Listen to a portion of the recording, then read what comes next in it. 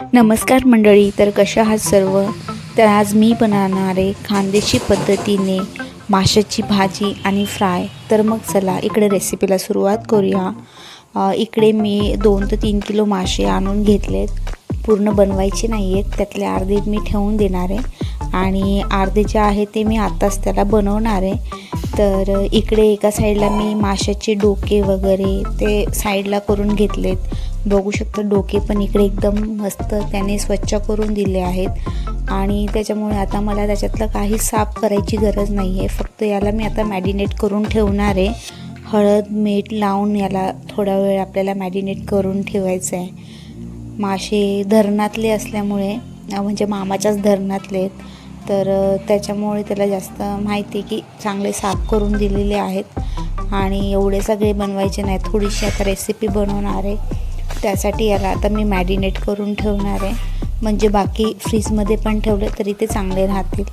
तर इकडे आता माशांवर लिंबू पिळून घ्यायचं आहे आणि त्यानंतर हे अर्धा तास आपण ठेवून देऊया. इकडे भाजीची चटणी बनवून घेऊया. मसाला रेडी करून घेते. इथे मी घेतले थोडे धने, लसूण, चटणी, मिरची आणि थोडी हळद याची आता आपण पेस्ट करून घेऊया. पेस्ट बनवून झाल्यानंतर आता कढईत तेल ठेवून आपल्याला ही पेस्ट त्यामध्ये फ्राय करून घ्यायची आहे. खानदेशमध्ये जी माशाची भाजी बनते त्यामध्ये खोबऱ्याचा वापर होत नाही, तर फक्त चटणी आणि लसूण हेच बारीक करून त्यामध्येच इकडे माशाची भाजी होत असते आणि त्यालाच खूप छान टेस्ट येते. तर जे मी वाटण करून घेतलं आहे लसूण वगैरेचं ते आता मी यामध्ये टाकून याला चांगलं परतून घेणार आहे आणि त्याला तेल येऊस्तर आपल्याला चांगलं परतून घ्यायचं आहे.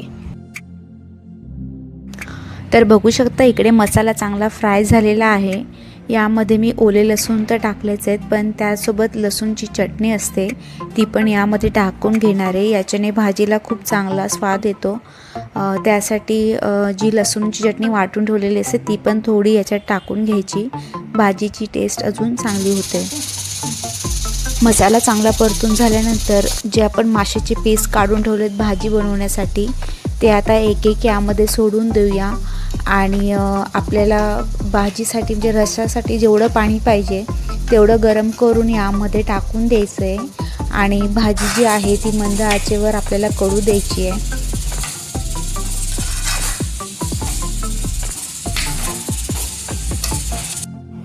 तर आता एका साईडला आपली भाजी बनेल आणि एका साईडला मी आता जे मासे आहेत ते फ्राय करून घेणार आहे.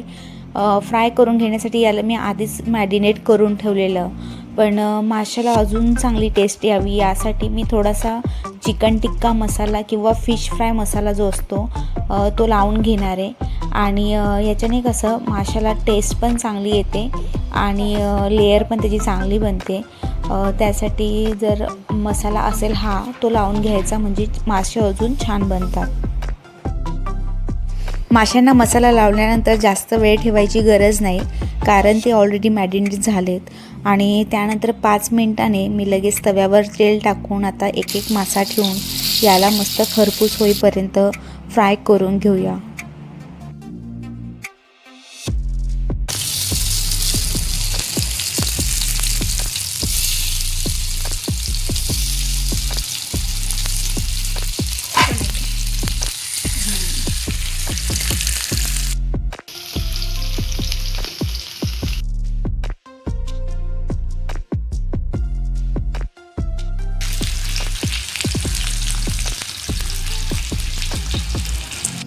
तर एका साईडने आता मासे फ्राय झाल्यानंतर दुसरी साईड पण त्याला चांगली फ्राय करून घेऊया.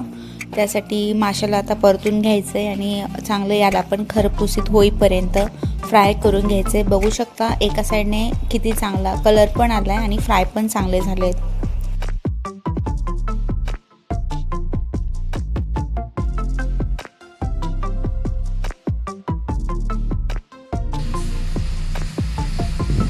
तर बघू शकता एका साईडला आपले मासे पण फ्राय झालेत आणि भाजी पण किती मस्त बनली आहे आणि तिला तरंग पण मस्त आलं आहे. आता इकडे मी आपली प्लेट आहे ती वाढून घेणार आहे आणि ही माशाची भाजी आणि भाकर खायला खूप खूप मस्त लागते. चपातीपेक्षा भाकर याच्यात खूप छान लागते आणि जे फ्राय आहेत ते पण खूप मस्त झालेले आहेत. तर मग तुम्हाला खानदेशी माशांची रेसिपी कशी वाटली?